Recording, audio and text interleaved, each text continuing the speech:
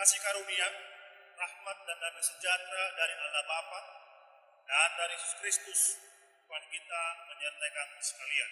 Salam sejahtera juga bagi saudara. Jemaat tetap berdiri.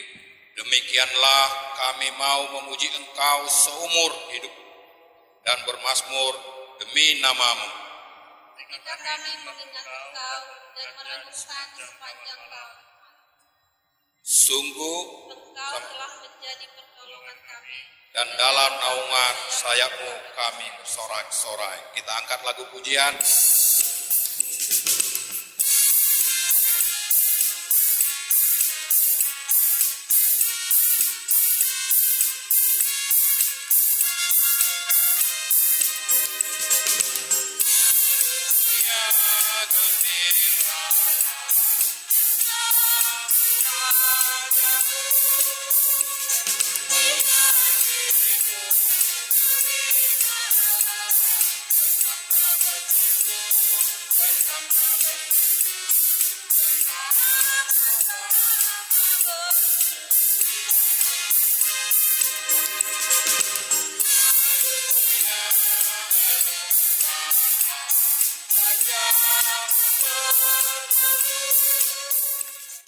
Segala pelanggaran kami adalah kuk yang berat, melumpuhkan kekuatan kami. Engkaulah yang benar ya Allah, karena kami telah melupakan perintah-perintah-Mu.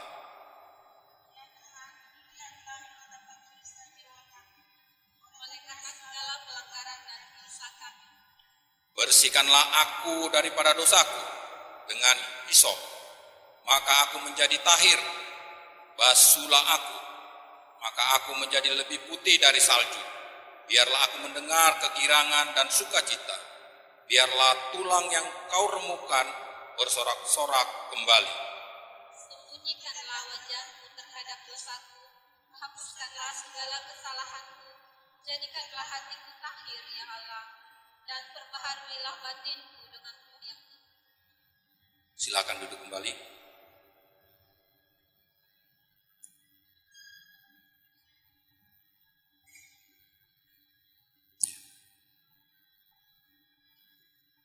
Kita akan mendengarkan pengakuan dosa dan petunjuk hidup baru. Aku bersemayam di tempat tinggi dan di tempat kudus, tetapi juga bersama-sama orang yang remuk dan rendah hati, untuk menghidupkan semangat orang-orang yang rendah hati, dan untuk menghidupkan hati orang-orang yang remuk. Sebab bukan untuk selama-lamanya aku hendak berbantah, dan bukan untuk seterusnya aku hendak murka, supaya semangat mereka jangan lemah lesu di hadapanku. Aku akan memulihkan dan akan menuntun kamu. Aku akan menciptakan puji-pujian dan damai sejahtera bagi semua orang yang mencari aku. Petunjuk hidup baru. Jadi siapa yang ada di dalam Kristus, ia adalah ciptaan baru, yang lama sudah berlalu. Sesungguhnya yang baru sudah datang, dan semuanya ini dari Allah, yang dengan perantaraan Kristus telah mendamaikan kita dengan dirinya, dan yang telah mempercayakan pelayanan pendamaian itu kepada kami.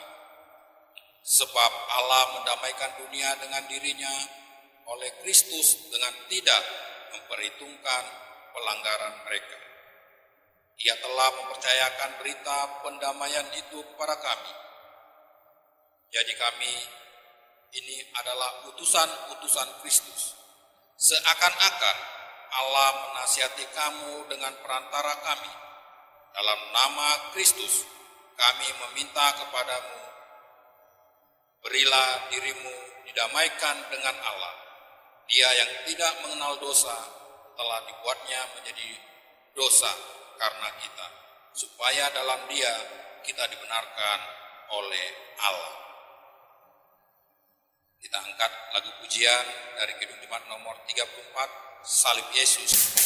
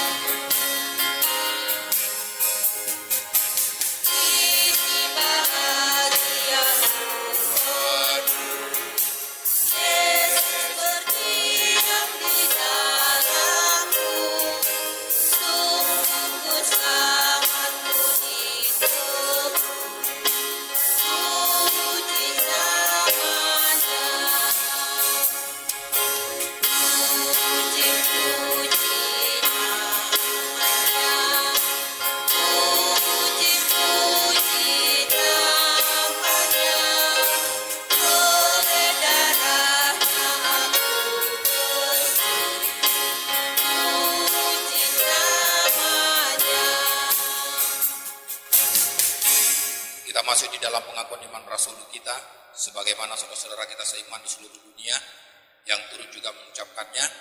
Untuk itu Jemaat kami undang untuk bangkit berdiri, kita akan mengucapkannya secara bersama-sama.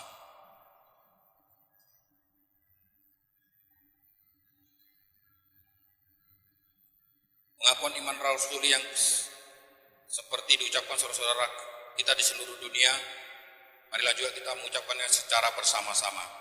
Aku percaya kepada Allah Bapa yang Maha Kuasa, kali langit dan bumi, dan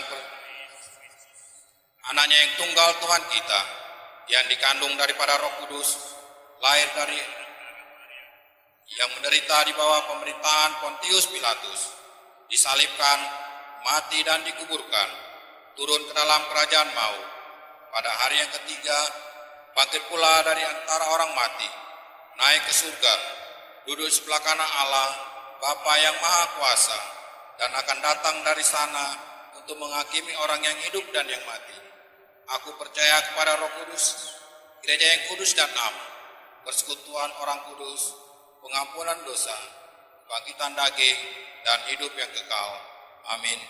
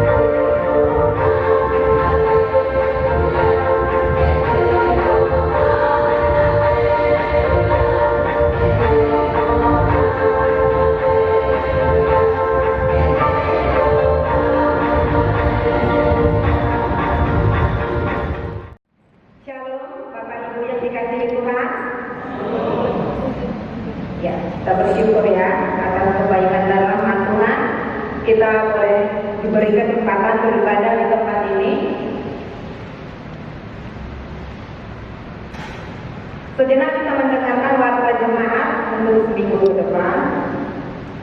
Pendeta dan majelis jemaat GKOI Geraha Legenda Malaka mengucapkan selamat datang bagi seluruh jemaat dan bagi saudara yang baru pertama kali beribadah di tempat ini. Kami sambut dengan sukacita. Selamat datang Bapak Ibu yang baru pertama kali hari ini beribadah di tempat ini. Harapan kami persekutuan minggu ini akan menghasilkan penyegaran rohani dan pertumbuhan iman bagi kita semua. Dan biarlah juga di minggu-minggu mendatang kita berkumpul kembali bersama untuk beribadah memuji Tuhan. Untuk konseling dan doa, bagi anggota jemaat yang membutuhkan pelayanan pastoral, konseling dan doa dapat menghubungi Bapak Pendeta Rudi Hadianja dan Bapak Pendeta Alfian Rau setiap hari, dan perihal administrasi dapat menghubungi majelis pekerja jemaat. Untuk ibadah komisi kita sudah selesai ya, sudah berakhir. Dilanjut dengan untuk jadwal ibadah pelayanan malam Natal.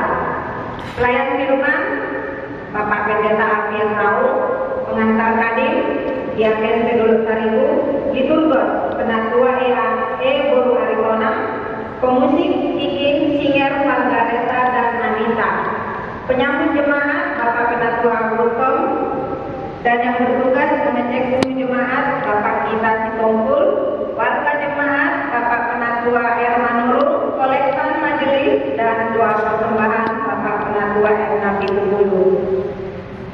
Dan untuk di pelayanan di hari Natal tanggal 25 Desember dilayani oleh Bapak Pendeta Alfian, pengantar kadim Bapak Ibu Penatua Guru Aritona, liturgos Bapak Penatua Augusto, pemusik Saudari Gita Sitompul, singer Ibu Gita dan Ibu Johannes, penyambut jemaat Bapak Erna Pitubulu, dan yang bertugas sebagai pengecek suhu jemaat Bapak Dedi Pasaribu, warta jemaat Bapak Penatua Erna Manurung, kolektan majelis dan doa persembahan saya sendiri. Kembali di hari Minggu untuk ibadah raya dilayani oleh Bapak Pendeta Alfian Rau, pengantar kadim Penatua Erma Nurung, liturgos Bapak Penatua Erna Manurung, pemusik Bapak Gema Manurung, singer Margaret dan Echa, penyambut jemaat Penatua Boru Aritona, dan yang bertugas mengecek suhu jemaat Ibu David Pampahan, warta jemaat Diaken Peduluk Saribu, kolektan majelis dan doa persembahan Bapak Penatua Erna Pitubulu. Orang yang menabur sedikit akan menuai sedikit juga, dan orang yang menabur banyak akan menuai banyak juga. Hendaklah masing-masing memberikan menurut kerelaan hatinya, jangan dengan sedih hati atau karena paksaan, sebab Allah mengasihi orang-orang yang memberi dengan sukacita. Sambil puji-puji persembahan dijalankan, kita angkat satu pujian dari Kidung Jemaat nomor 99, Kita Sorga Bergema.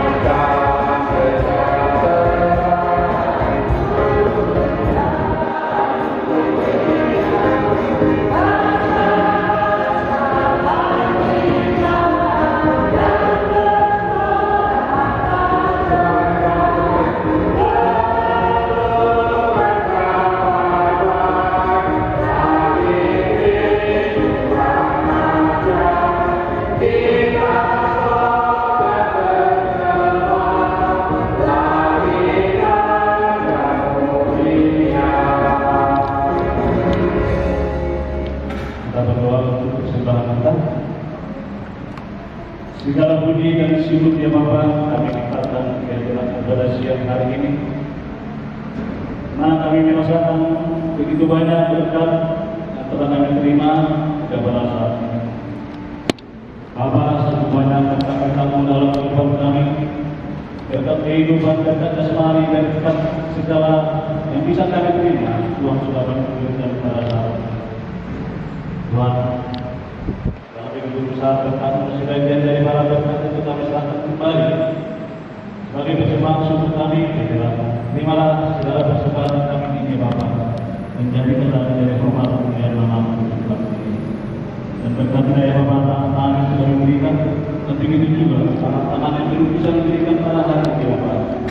Dan yang Engkau sudah melindungi dan memberikan berkat mereka, supaya dia akan datang mereka juga tetap bisa bersuka-cita memberikan kebaikan. Dalam persembahan kami ini kami serahkan hanya melalui nama Anak Yesus Kristus Tuhan Yesus kami. Amin. Terima kasih.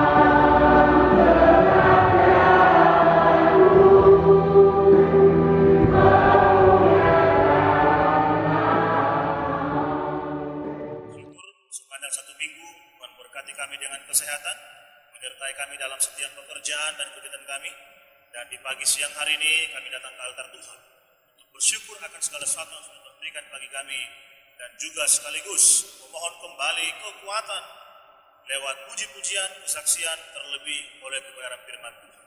Berfirman bersabdalah Bapa, kami semua anak-anakmu siap dilawat dan diberkati oleh firman Tuhan yang hidup dalam Kristus Yesus. Dan berdoa dan bermohon kepada Bapa di surga. Amin. Bapak Ibu sidang Jemaat membaca ayat-ayat yang bernomor genap. Injil Yohanes pasal 8 ayat pertama sampai dengan ayat 11. Saya membaca setiap ayat-ayat yang bernomor ganjil. Sidang Jemaat membaca ayat-ayat yang bernomor genap. Beginilah bunyi firman Tuhan. Tetapi Yesus pergi ke Bukit Zaitun.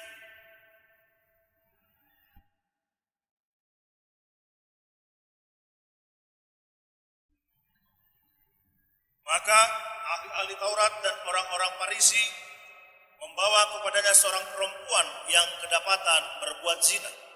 Mereka menempatkan perempuan itu di tengah-tengah lalu berkata kepada Yesus, "Rabi, perempuan ini tertangkap basah ketika dia sedang berbuat zina." Musa dalam hukum Taurat memerintahkan kita untuk melempari perempuan-perempuan yang demikian. Apakah pendapatmu tentang hal itu? Mereka mengatakan hal itu untuk mencobai dia, supaya mereka memperoleh sesuatu untuk menyalahkannya. Tetapi Yesus membungkuk, lalu menulis dengan jarinya di tanah.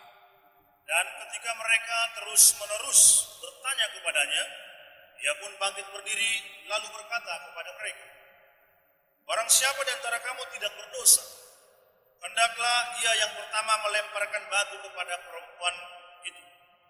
Lalu ia membungkuk pula dan menulis di tanah. Tetapi setelah mereka mendengar perkataan itu, pergilah mereka seorang demi seorang, mulai dari yang tertua. Akhirnya tinggallah Yesus seorang diri dengan perempuan itu yang tetap di tempatnya. Lalu Yesus bangkit berdiri dan berkata kepadanya, "Hai perempuan, di manakah mereka? Tidak adakah seorang menghukum engkau?" Jawabnya, "Tidak ada, Tuhan." Lalu kata Yesus, "Aku pun tidak menghukum engkau.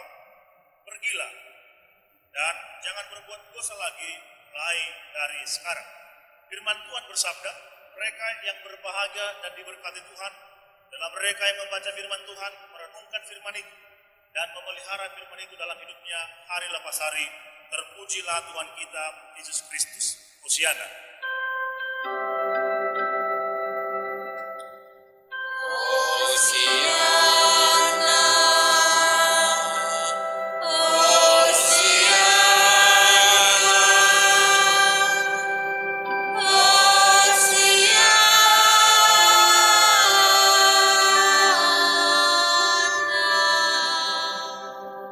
Silakan duduk kembali.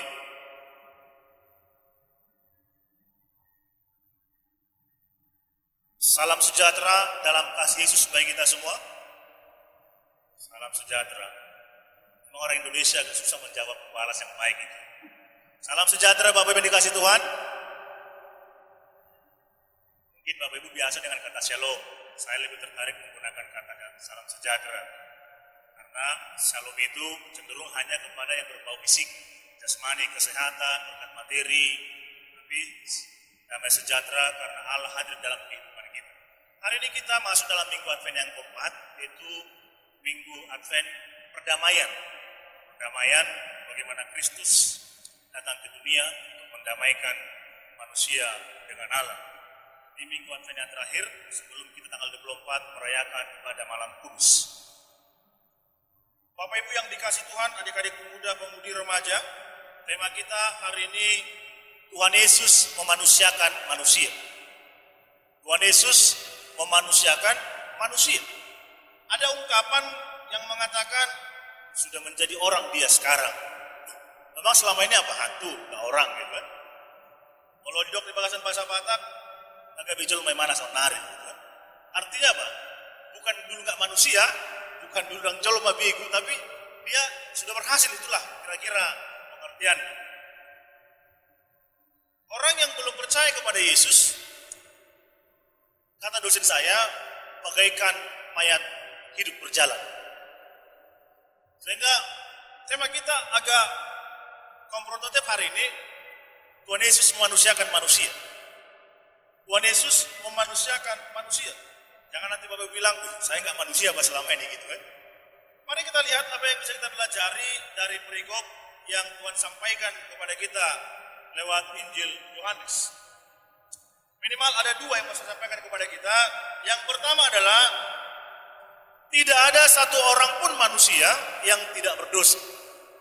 Sehingga Tuhan perlu datang untuk memanusiakan kita, untuk mendamaikan kita. Tidak ada satu orang pun manusia yang tidak berdosa. Mari kita lihat ayat 2 sampai dengan ayatnya yang ke-9. Dikatakan di sana, pagi-pagi benar ia berada lagi di bait Allah. Perhatikan Bapak Ibu, ada kalimat ia berada lagi. Artinya itu menjadi gaya hidup Tuhan. Terus menerus dia di gereja, terus menerus dia datang ke bait Allah, bukan sekali-sekali. Ya?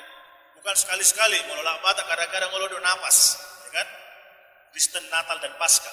Tapi ya dia berada lagi di bait Allah pagi-pagi. Biasanya dalam firman Tuhan dalam Alkitab, kalau dikatakan pagi-pagi mungkin pukul 4 atau pukul 5. Yesus sudah ada di gereja, berada di bait Allah. Saya pernah katakan di gereja ini, mungkin Indonesia ini jarang gereja buka 24 jam. Tapi lihat Bapak Ibu, masjid buka 24 jam. Orang bebas datang ke sana berdoa. Gereja ditutup Bapak Ibu, nggak tahu kemana para pelayan-pelayan, teman saya mungkin, nggak tahu kita kemana.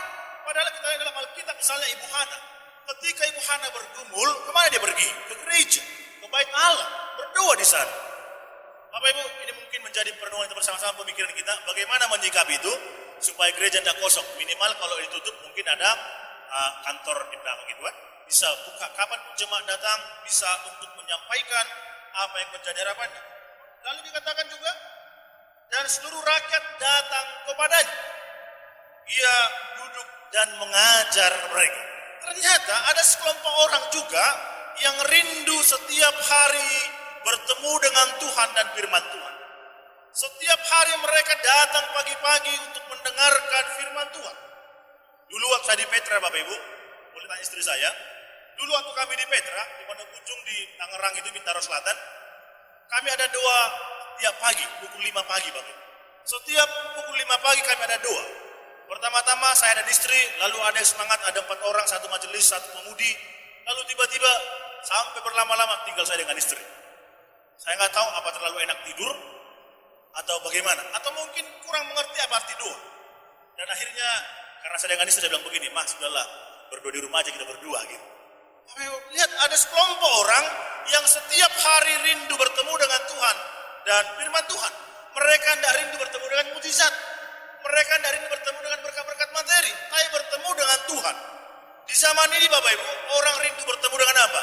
Mujizat kesembuhan, mujizat kelepasan, dan mujizat-mujizat yang lain. Padahal bukan itu yang terutama. Yang terutama adalah setiap kita bertemu dengan firman Tuhan dan bertemu dengan Tuhan.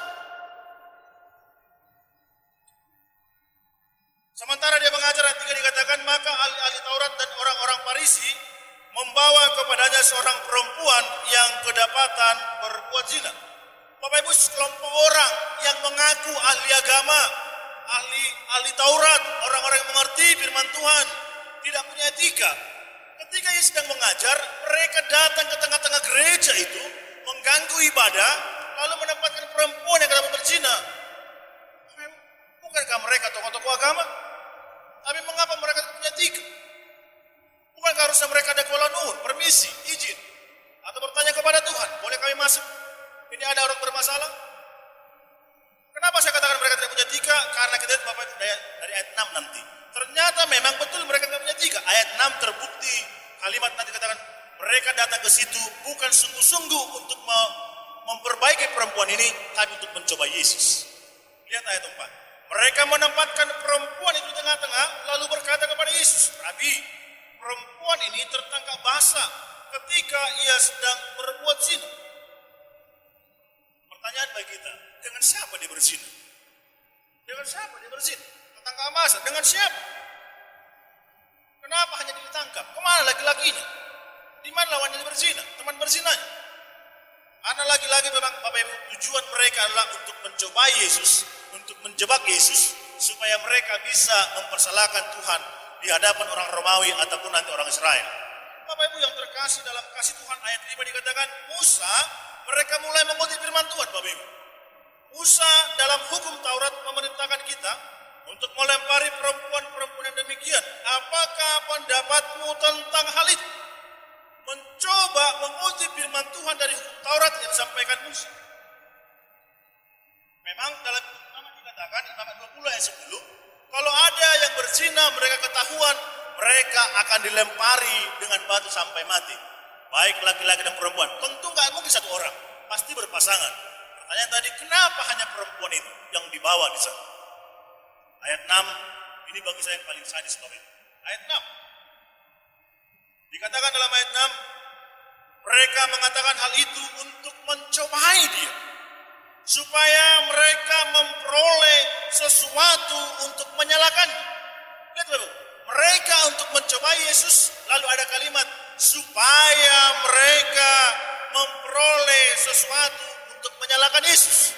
Bapak Ibu lihat begitu jahatnya ahli-ahli Taurat itu, tokoh-tokoh agama itu, karena mereka iri kepada Kristus yang melihat hari semakin banyak orang bertobat, hari semakin banyak orang mendengar firman Tuhan, mereka tidak suka dengan itu. Tidak suka mereka Bapak Ibu. Jadi jangan kaget Bapak Ibu, kalau banyak orang tidak suka kita dengar dengan Tuhan. Jangan kaget kalau ada tetangga-tetangga kita tidak suka kita dengar firman Tuhan. Jangan kaget kalau iblis memakai banyak hal untuk merampas waktu kita bertemu dengan Tuhan. Karena memang ada orang-orang yang tidak suka ketika kita mendengarkan firman Tuhan. Tapi seringkali kita kompromi dengan itu. Baik karena pekerjaan, baik karena kegiatan yang lain, baik karena pesta dan hal lain. Saya, Bapak Ibu, syukur tadi jemaat, terutama orang tua sidi dan calon sidi, tidak ada yang terlambat dari jam 10. Walaupun harusnya setengah 10 kita. Tapi Bapak Ibu secara umum tidak terlambat mereka. Karena seringkali dalam acara seperti ini, ala panelekuri dan timer salon, gak bisa terlambat tuh gereja. Katanya sanatnya, ayo nanti di Pak Pendeta. Sabar, mama masih belum pas ini gitu kan. Bapak Ibu, seringkali kita Seringkali kita hanya tertarik dengan embel-embel luar, bukan kepada hal yang paling mendasar, hal yang paling inti.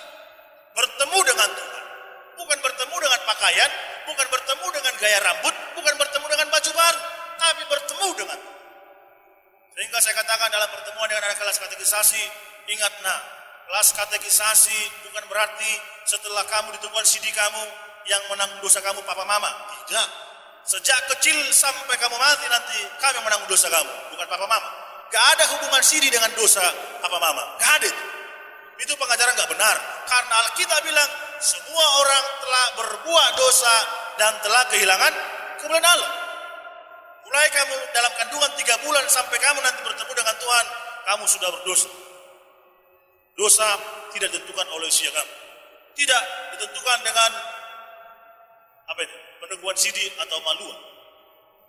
Bapak Ibu yang terkasih dalam kasih Kristus, untuk mencapai impian mereka, untuk mendapatkan tujuan mereka, ahli Taurat, orang-orang Farisi, tokoh-tokoh agama ini rela menghalalkan segala cara.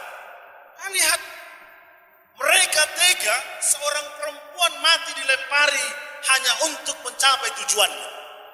Karena hukum Musa mengatakan kalau perempuan berzina, laki-laki berzina ketangkap basah, maka akan dilempari dengan batu. Semua warga melemparinya. Tega Bapak Ibu. Tega mereka orang lain mati demi untuk mendapatkan tujuannya. Orang gereja, orang Kristen tidak boleh seperti itu. Jangan biasakan mengambil hak orang lain. Jangan biasakan mencederai orang lain demi kita mencapai tujuan kita. Orang Kristen tidak boleh seperti itu. Kalau di luar gereja boleh. Tapi di gereja, orang gereja tidak boleh seperti itu. Untuk mendapatkan proyek, Anda bermain-main dengan orang lain. Rela menghancurkan usaha orang lain. Bahkan tertawa kita ketika orang lain sedang jatuh. Bapak Ibu, jangan menghalalkan segala cara untuk mendapatkan tujuan kita. Adik-adik kelas katekisasi, calon sidi baru nanti, sudah banyak kita belajar bagaimana mengandalkan Tuhan untuk mencapai tujuan hidup kita. Bukan menghalalkan segala cara. Bapak Ibu yang saya kasih dalam kasih Tuhan, kembali ayat 6. Tetapi Yesus membungkuk lalu menulis dengan jarinya di tanah. Dan ketika mereka terus-menerus bertanya kepadanya, ia pun bangkit berdiri lalu berkata kepada mereka, barang siapa di antara kamu tidak berdosa, hendaklah ia yang pertama melemparkan batu kepada perempuan itu. Ayat 8. Lalu ia membungkuk pula dan menulis di tanah. Ada banyak penafsir, ada banyak tokoh-tokoh Alkitab mencoba mereka-reka Bapak Ibu apa yang ditulis oleh Yesus. Bapak Ibu, Alkitab tidak pernah melaporkan atau mendaftarkan apa yang Tuhan tulis. Bagian kita bukan itu. Tapi lihat, bagian kita lah yang terpenting. Lihat ayat yang ke-7 tadi. Barang siapa di antara kamu tidak berdosa, dia yang pertama melempari perempuan itu. Yesus langsung kepada tujuan atau kebutuhan utama manusia. Apa ini permasalahan utama manusia? Dosa, Bapak. Permasalahan utama manusia dosa. Tujuan utama manusia apa? Bertemu dengan Tuhan. Sehingga Tuhan langsung menusuk ke hatinya. Siapa yang tidak pernah berdosa boleh melempar perempuan itu. Kita bilang tidak ada yang tidak berdosa. Lihat dahsyatnya perkataan Tuhan. Menyentuh perasaan dan kognitif orang-orang itu. Ayat 9. Tetapi setelah mereka mendengar perkataan itu, pergilah mereka seorang demi seorang. Mulai dari yang tertua. Dahsyat perkataan Tuhan. Tuhan bilang yang tidak pernah berdosa melempar pertama. Tidak ada kalimat yang lain. Semua mundur dengan teratur. Bang Pendeta banyak menghakimi saya. Kan tidak sebutkan nama Anda. Tidak ada menyebutkan Bapak ini dosanya begini. Tidak ada. Tapi dikoreksi. Karena firman Tuhan mengatakan 2 Timotius 3 ayat 16. Firman Tuhan itu bertujuan mengingatkan, memperbaiki kesalahan dan membawa orang kepada Kristus. Bukan membuat Anda tertawa, bukan membuat tertidur, lalu menunggu mujizat datang dari sorga, ada kelepasan, ada kesembuhan, usaha kita semakin meningkat, Bapak Ibu. Kalau itu yang kita pelajari, maka bertobatlah. Paulus bilang sejak aku mengikut Tuhan, segala sesuatu hilang dari dia. Jatuh miskin dia. Yohanes Pembaptis mengikut Tuhan, kepalanya dipenggal. Mengikut Tuhan, kalau Anda diberkati, puji Tuhan. Tapi tidak ada jaminan orang yang ikut Tuhan pasti diberkati berkelimpahan dan sehat-sehat tanpa masalah. Bapak Ibu yang saya kasih dalam kasih Kristus, mari datang kepada Tuhan, akui bahwa kita juga orang berdosa yang butuh bertemu dengan Tuhan, yang butuh pengampunan dari Tuhan. Itu yang pertama. Yang kedua, Tuhan Yesus sangat membenci dosa, tetapi sangat mengasihi umat manusia. Tuhan Yesus sangat membenci dosa, tetapi sangat mengasihi umat manusia.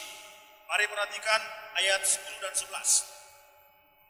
Lalu Yesus bangkit berdiri dan berkata kepadanya, "Hai perempuan, di manakah mereka?" Bapak Ibu lihat kalimat yang disampaikan Tuhan. Lalu Yesus bangkit berdiri dan berkata kepadanya, "Hai perempuan, di manakah mereka?" Pertanyaannya Bapak Ibu, apakah Tuhan tidak tahu kemana orang itu pergi? Tahu Bapak Ibu. Ini selera humor Tuhan yang luar biasa.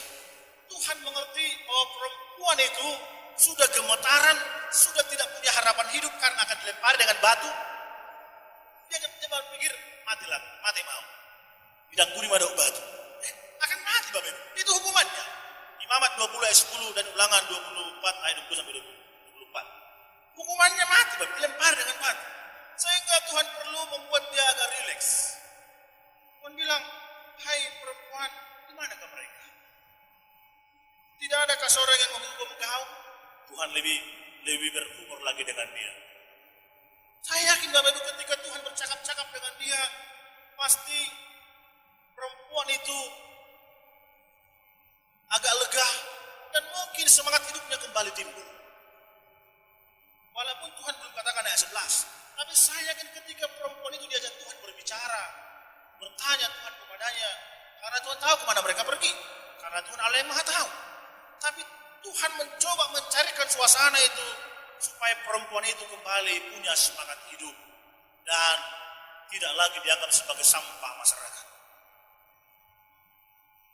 Ayat 11, perempuan yang tadi tertunduk lesu, ketakutan, gemetaran, karena sudah dianggap Tuhan menjadi bagian dalam hidupnya, pandang dia sebagai manusia, perempuan itu pun menjawab, ayat 11, menjawab, "Tidak ada Tuhan, tidak ada Tuhan." Lalu kata Yesus, "Aku pun tidak menghukum engkau." Saya yakin Bapak Ibu mendengar kalimat ini, perempuan ini akan semakin menangis dengan sukacita. Aku pun tidak menghukum engkau. Kalau tadi kematian di depan mata, ketika Tuhan mengatakan, aku pun tidak menghukum engkau. Bapak Ibu, luar biasa. Yesus datang untuk memberikan kehidupan kepada kita. Amin. Untuk menghidupkan kita. Yang lemah dikuatkan, yang bermasalah dimenangkan bersama dengan. Firman Tuhan bersabda dalam Yohanes 3 ayat 16, karena begitu besar kasih Allah akan dunia ini. Kasih Allah akan dunia ini begitu besar. Siapa yang ada di dunia? Saya, Bapak Ibu, pemuda remaja yang di gereja dan di tempat lain. Yesus sangat mengasihi kita. Sehingga Allah mengutus Yesus ke dunia. Supaya setiap orang yang percaya kepada tidak binasa, melainkan beroleh hidup kekal. Karena firman Tuhan mengatakan, Rasul Paulus mengatakan, dahulu kami juga termasuk golongan mereka yang harus dibinasakan. Bapak Ibu, saya dan Anda harusnya orang-orang yang harus dibinasakan. Tetapi karena kasih Tuhan, diangkat kita, dipulihkan kita, dimanusiakan kita. Siapa yang tidak kenal pendeta Rudi Haryadi di Padang Siantar? Pemain judi, pembohong, boleh bertiga-tiga di pajak oras, pemana satu lakuin, apa yang kacipi dia, Pak? Katanya sama Mak, ini segini laku. Saya bilang, dulu kan saya masa SMA Bapak Ibu saya jarang ke gereja. Saya lebih senang ke pasar oras berjual menggantikan Mama supaya ada modal main leng. Saya bilang ke Mama sampai dulu, Mama, nasa do laku. Apa yang nggak di dia, Pak? Di kantungan. Di Mesir Roma. Ini gaji babangin, kan? Dia bisa gaji dia, Pak. Ini takut dia bisa gaji. Memang jumlah itu. Tapi anugerah Tuhan mengangkat, memulihkan, memperbaiki yang salah itu. Diangkat menjadi seorang pendeta. Ini kebanggaan yang luar biasa bagi saya. Siapa saya? Tapi karena kelahiran Kristus, buat saya berubah dalam Tuhan. Karena anugerah Tuhan. Anugerah Tuhan. Bukan karena kebaikan kita. Bukan karena kemampuan kita. Perempuan ini gak punya harapan hidup lagi, Bapak Ibu. Gak punya harapan hidup. Tapi Tuhan bilang, pergilah dan jangan berbuat dosa lagi mulai dari sekarang. Tuhan tidak mau kita tinggal larut dalam dosa. Tuhan sudah mengampuni kita dan Tuhan mau kita meninggalkan dosa itu. Jangan tinggal dalam dosa lagi. Ada pesan, Tuhan menerima perempuan itu dengan luar biasa, tetapi sangat serius dengan dosa. Pergilah, aku tidak menghukum engkau, tapi jangan berbuat dosa lain. Dosa sangat serius. Itulah sebabnya Tuhan pun harus mati karena dosa itu. Serius banget. Dosa merusak banyak hal. Merusak hubungan suami istri, merusak hubungan papa dengan anak, hubungan mama dengan anak, hubungan mertua dengan parumayan, dengan hela, dan hubungan dengan jemaat, dengan gereja. Dosa merusak seluruh aspek hidup kita. Sehingga perlu diperdamaikan dengan ada Kristus yang sanggup mengerjakan itu. Tidak ada usaha kita, tidak ada kemampuan kita. Bapak Ibu, ada beberapa hal yang saya lihat dalam Alkitab, bagaimana Yesus Kristus memanusiakan manusia. Ingat, dalam Yohanes pasal 4, perempuan Samaria yang datang jam 12 siang mengambil air. Kenapa dia datang jam 12 siang? Karena dia dianggap sampah masyarakat. Berapa suaminya Bapak Ibu? Berapa suaminya? Alkitab bilang, panggillah suamimu. Perempuan itu bilang, enggak ada Tuhan. Ya betul, suamimu sudah 5. Yang sekarang pun bukan suamimu itu katanya. Yohanes pasal 4 ayat 16 dan 18. Itu bukan suamimu. Tapi ketika dia bercakap-cakap dengan Tuhan, dia menerima Tuhan. Pasal 4 ayat 39 mengatakan, perempuan itu menjadi seorang penginjil. Lewat kehidupan perempuan itu ada banyak orang Samaria yang bertobat. Yang dari sampah masyarakat menjadi saksi Kristus. Dalam Injil Yohanes pasal 5. Pasal 5 dikatakan sana ada seorang yang lumpuh. Berapa tahun Bapak? 38 tahun. 38 tahun orang ini lumpuh, tidak ada yang menolong di kolam itu. Alkitab berkatakan kalau kolam itu bergetar, maka siapa yang masuk duluan dia akan sembuh. Bapak Ibu, mana mungkin orang lumpuh bisa sampai ke kolam itu? 38 tahun tidak ada orang yang peduli kepada orang lumpuh itu. Tidak ada yang peduli. Sehingga Bapak Ibu tidak sembuh-sembuh dia selama 38 tahun. Tapi ketika Tuhan hadir, Tuhan memanusiakan dia menjadi manusia seutuhnya. Kata Tuhan begini, Yohanes 5 ayat 6. Yohanes 5 ayat 6, ketika Yesus melihat orang itu berbaring di situ dan karena ia tahu bahwa ia telah lama dalam keadaan itu. Berkatalah ia kepadanya, maukah engkau sembuh? Jawab orang sakit itu kepadanya, Tuhan, tidak ada orang yang menurunkan aku dalam kolam itu apabila airnya mulai goncang. Dan sementara aku menuju ke kolam itu, orang lain sudah turun mendahului aku. Lihat ayat 8, kata Yesus kepadanya, bangkitlah, angkatlah tilammu dan berjalanlah. Saat itu juga orang itu bangkit dan sembuh. Yesus memanusiakan, dia menjadi manusia. Tapi lihat ayat 14, ada pesan yang penting. Yohanes 5 ayat 14. Kemudian Yesus bertemu dengan dia dalam bait Allah, lalu berkata kepadanya, engkau telah sembuh, jangan berbuat dosa lagi, supaya padamu jangan terjadi yang lebih buruk. Kamu perhatikan, engkau telah sembuh, jangan berbuat dosa lagi, supaya padamu jangan terjadi yang lebih buruk. Mari bertobatlah dengan sungguh-sungguh, jangan hanya di mulut, tapi sampai kepada tindakan, perbuatan. Seluruh aspek hidup kita itu bagian dari ibadah. Bagaimana kita bekerja, bagaimana kita sekolah, bagaimana melayani suami, bagaimana menyuci, menyapu rumah, itu bagian dari ibadah. Seluruh aspek hidup kita. Tuhan bilang jangan berbuat dosa lagi, supaya keadaanmu tidak lebih buruk. Yohanes 9. Bagaimana Tuhan manusiakan manusia. Kita mencatat Yohanes 9 ayat 1 dan 2. Ada orang yang buta sejak lahir. Ada orang yang buta sejak lahir, Bapak Ibu. Mungkin juga hampir 40 tahun dia buta. Dia menjadi seorang pengemis, sampah masyarakat. Dia akan menyusahkan keluarga, mempermalukan keluarga. Tapi Tuhan hadir dalam hidupnya, Bapak Ibu. Ketika Tuhan hadir, apa yang terjadi? Orang itu bisa melihat. Dan ketika dia melihat, lihat Bapak Ibu. Ketika dia melihat gereja pura-pura peduli, Bapak Ibu. Pura-pura peduli gereja. Tadinya Bapak Ibu, hampir 40 tahun dia buta, gereja gak peduli kepadanya. Pendeta, penatua, dia akan tua gak peduli. Tapi begitu dia sembuh, pura-pura peduli. Perhatikan, ini juga pelajaran bagi saya dan teman-teman pelayan-pelayan Tuhan. Yohanes 9 ayat 1. Yohanes 9 ayat 1 katakan, waktu Yesus sedang lewat, ia melihat seorang yang buta sejak lahirnya. Ayat 15 sampai 17, kita lompat. 15, 17 dari Yohanes 9. Karena itu orang-orang Farisi pun bertanya kepadanya, bagaimana matanya menjadi melek? Jawabnya, ia mengoleskan adukan tanah pada mataku, lalu aku membasuh diriku, dan sekarang aku dapat melihat. Bapak melihat, orang-orang itu mulai seperti peduli. Bagaimana caramu sembuh? Siapa yang menyembuhkan engkau? Selama ini kemana mereka? Gak peduli tuh, gak pernah mendoakan orang sakit di rumah, gak pernah mengunjungi jemaat yang sakit. Tapi begitu disembuh, Bapak Ibu, siapa menyembuhkan engkau? Bagaimana caranya? Gereja seringkali tidak peduli kepada jemaat yang dilayani. Bapak Ibu, adik saya pernah kurang lebih sakit pertama 3 tahun di rumah 2 di Jalan Bali, Batang Siantar. Lalu akhir tahun seperti ini, Bapak Ibu, apa yang terjadi? Gereja datang lewat diakonia, mau kasih susu, gula, dan biskuit. Biasa itu akhir tahun di kampung kita. Lalu bapak saya datang dengan menangis. Inang situa, dan namoranya kami. Alai dan na perlu bihami. Udah bihami mana? Karena ibotang situ di situ lingkungan nami dohamu. 3 tahun na bagas semua anak nami marasa bagasan persahitan. Soya hamurut jona dulu hami. 3 tahun memang di rumah doa pemulihan. Nak kiaro hamu mana mekokan.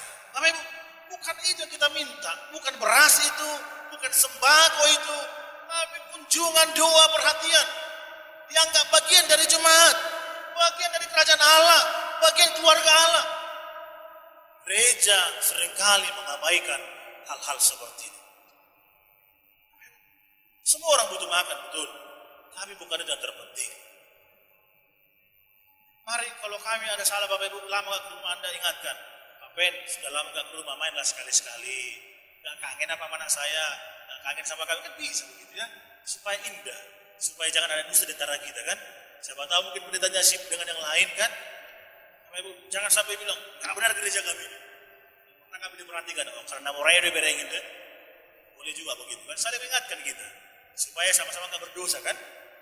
Sama-sama tidak berdosa. Bapak Ibu yang saya kasih, dalam kasih Kristus. Tuhan bilang, aku tidak menghukum engkau, pergilah. Dan jangan berbuat dosa lagi.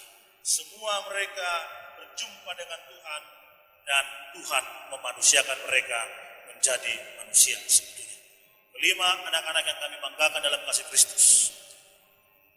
Kalian diajar 2 orang pendeta. Ini mungkin sejarah yang luar biasa ini kan. 2 pendeta mengajar kalian. Hebat kalian. Misalnya satunya kan. Tapi ini 2. Harapan kami, doa kami, kalian lebih hebat dari orang lain. Karena 2 pendeta yang mengajar kalian. Ada firman Tuhan disampaikan terus-menerus. Ingat, semua orang pengen berhasil. Tapi harus dengan cara Tuhan. Jangan menghalalkan cara Tuhan. Ada yang mau menjadi pengusaha, ada yang mau jadi dokter kecantikan, ada yang mau jadi pengusaha, ada yang mau jadi angkatan laut, angkatan darat, ada juga mau jadi pengusaha. Ya, bisnis, mari berbisnis dengan baik. Dokter menjadi berkat bagi orang lain. Angkatan darat ini juga jadi berkat bagi banyak orang.